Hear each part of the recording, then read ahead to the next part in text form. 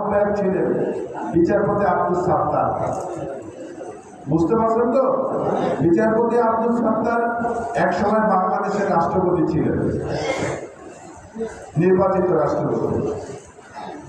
এবং এই দলের গুরুত্ব আপনারা বুঝতে পারবেন। আমাদের সাবেক মহাসচিব জনাব আব্দুল মোমেন ভূঁইয়া বাংলাদেশ কৃষক দলের সভাপতি ছিলেন, সেখান থেকে বাংলাদেশ জাতীয়তাবাদী দলের মহাসচিব হয়েছিলেন। আমাদের বর্তমান মহাসচিব যিনি, উনিও কিন্তু কৃষক দলের সভাপতি ছিলেন, জনাব মির্জা ফখরুল ইসলাম আলমগীর। উনি বাংলাদেশ জাতীয়তাবাদী দলের মহাসচিব হওয়ার আগে কৃষক দলের মহাসচিব ছিলেন। তো আমাদের জাতীয়তাবাদী দলের কৃষক দলের যে কত গুরুত্ব, এটা থেকে অনুমান করা যায়। জিয়াউর রহমান সাহেব এদেশের কৃষিক্ষেত্রে বিপ্লব ঘটিয়েছিল। আগে আমাদের অঞ্চলে 1 বিঘা জমিতে ধান পাইতেন কতটুকু? 5 মণ, 6 মণ, 7 মণ। এবং উনি বিভিন্ন কর্মসূচি গ্রহণ করার কারণে এই যে খাল খনন কর্মসূচি থেকে শুরু করে কৃষিক্ষেত্রে আধুনিক প্রযুক্তির ব্যবহার জিয়াউর রহমান সাহেব নিয়ে এসেছিলেন। এবং এই ব্যবহারের মাধ্যমে এবং উপযুক্ত পানি সেচের ব্যবস্থা করে কৃষিক্ষেত্রে বিপ্লব ঘটেছে। আজকে আমাদের দেশে, আমাদের এই অঞ্চলে 1 বিঘা জমিতে 30-40 মণ ধান পাওয়া যায়।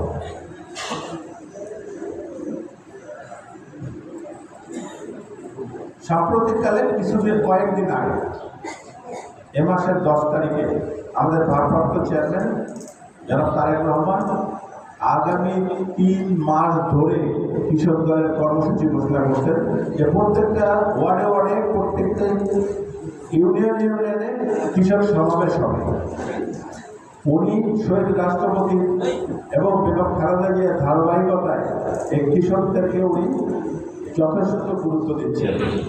এবং ওনার বক্তব্য যদি আপনারা শুনে থাকেন তাহলে দেখবেন উনি বলছেন বিএনপি যদি কোনোদিন ক্ষমতায় আসে তাহলে কৃষকদের কৃষি ঋণ মওকুফ করবে এবং কৃষি উপকরণ সুলভে সস্তায় যাতে কৃষকদের হাতে আসে, যেমন সার, বীজ ইত্যাদি, নিড়ানি করার যে যন্ত্রপাতি এবং এই ধান ওঠার পরে বা কৃষি পণ্য ওঠার পরে সংরক্ষণের ব্যবস্থা, এইসব জিনিসের মূল্য ওনার সরকার এগুলাতে সাবসিডি দিবে, রেয়াত দিবে, যাতে করে সুলভে এইসব উপকরণ কৃষকদের হাতে পৌঁছে।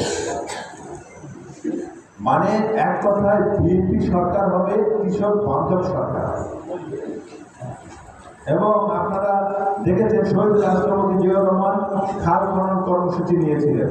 উনি গ্রামে গ্রামে গিয়েছেন, উনি গ্রামে গিয়ে খাল খনন করে সেচের ব্যবস্থা করেছে।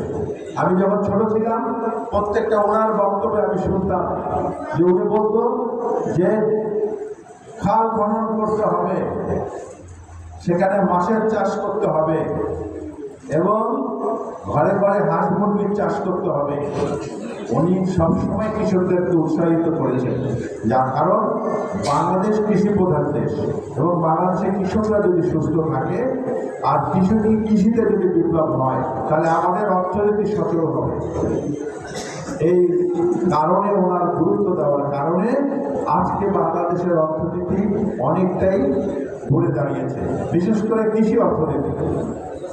এছাড়াও আমাদের বেগম খালেদা জিয়া, আমাদের দেশনেত্রী বেগম খালেদা জিয়া যখন ক্ষমতায় আসেন তখন উনিও বিভিন্ন ধরনের প্রণোদনা দিয়েছে কৃষিক্ষেত্রে, দিয়ে দেশের উৎপাদন, কৃষিক্ষেত্রে যেন উৎপাদন বাড়ে এবং এই উপকরণের দাম কমিয়েছিলেন, কৃষি ঋণ মওকুফ করেছিলেন এবং এই কৃষিপণ্য বিদেশে রপ্তানি করে দেশের অর্থনীতিকে সচল করার জন্য পদক্ষেপ নিয়েছিলেন।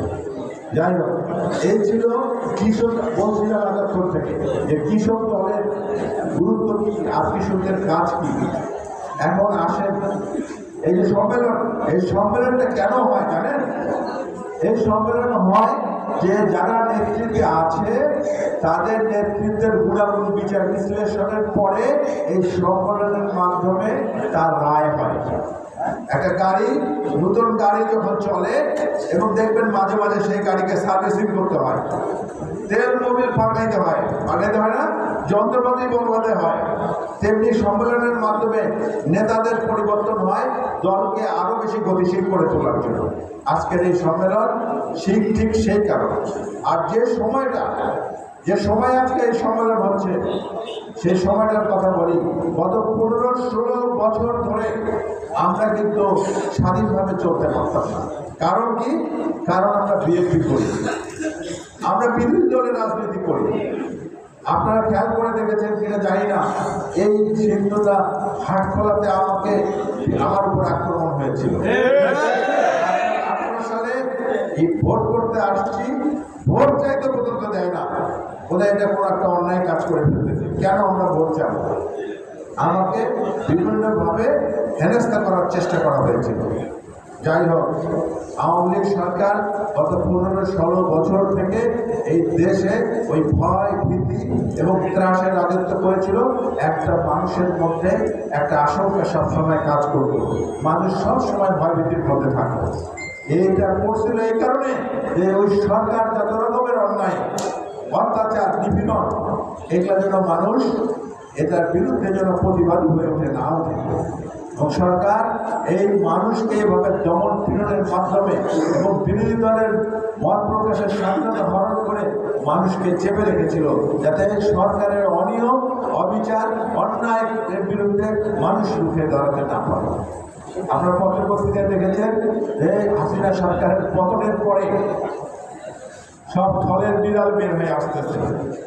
সেই সময়কার মন্ত্রী এমপিরা বড় বড় কথা বলতো আর বড় বড় বক্তৃতা দিত, কিন্তু কি পাওয়া গেল?